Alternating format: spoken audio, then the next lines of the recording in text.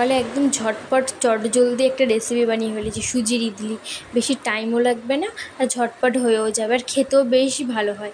1 cup মতো সুজি নিয়ে নেবো আর মেপে 1 কাপ মতো টক দই নিয়ে নেবো।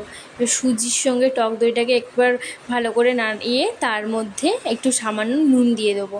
এবারে ওটাকে 1 কাপ মতো জল নিয়েছি আমি, নিয়ে অল্প অল্প করে দিয়ে ভালো করে মেশাতে হবে, একটা সুন্দর যেন সুজি দানা দানা না থাকে।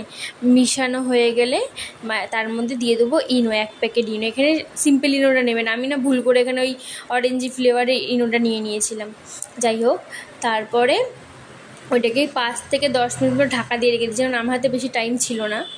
এবারে বাটির মধ্যে তেল ব্রাশ করে কড়াতে আগে থেকে জল গরম করতে দিয়েছিলাম, স্ট্যান্ড বসিয়ে তারপরে ঢাকা দিয়ে রেখে দিয়েছি।